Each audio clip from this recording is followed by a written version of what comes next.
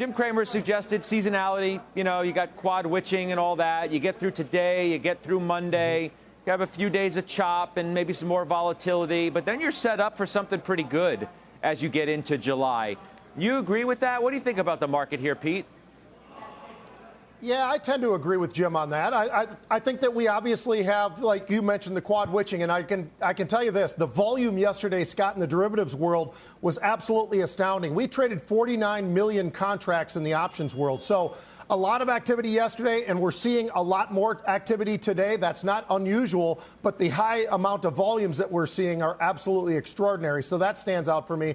But I can tell you this, I think Jim has a point there. I think there are a lot of parts of the market that are navigating this very, very well, but we are facing exactly what the Fed has been talking about as well, which is this inflationary issue. And yes, we've seen some comeback in lumber. We've seen some comeback in some of these different commodities themselves, but it's still there, and there still is the labor issues as well. And I think the combination of all of that will start to work its way out as we get later into summer and into the fall. So to Jim's point, I think looking forward, I think there are a lot of positives, but there are certain aspects of the market that are getting hit, and the financials being one of them. It's one of my favorite sectors, but it's definitely backed off. The entire month of June so far has been very, very dismal for most of the financials, but I think there are other parts of the market that are making up for it. Old tech, and when I say old tech, I truly mean old tech. I'm talking about names like Salesforce, and go back to Cisco, and look at Apple, and look at Microsoft. Those kinds of names really have taken, I think, the wheel once again, and I think those are the names that are going to lead us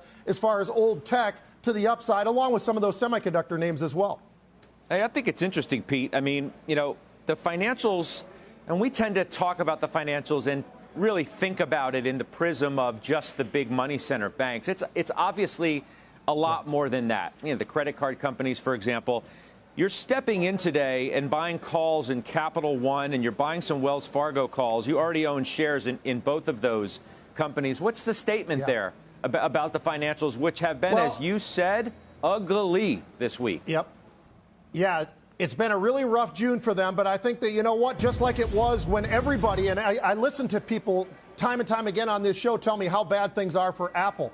And yet we had this nice move. It wasn't a gigantic move, but it was a move from, call it 125, 126, back over 131.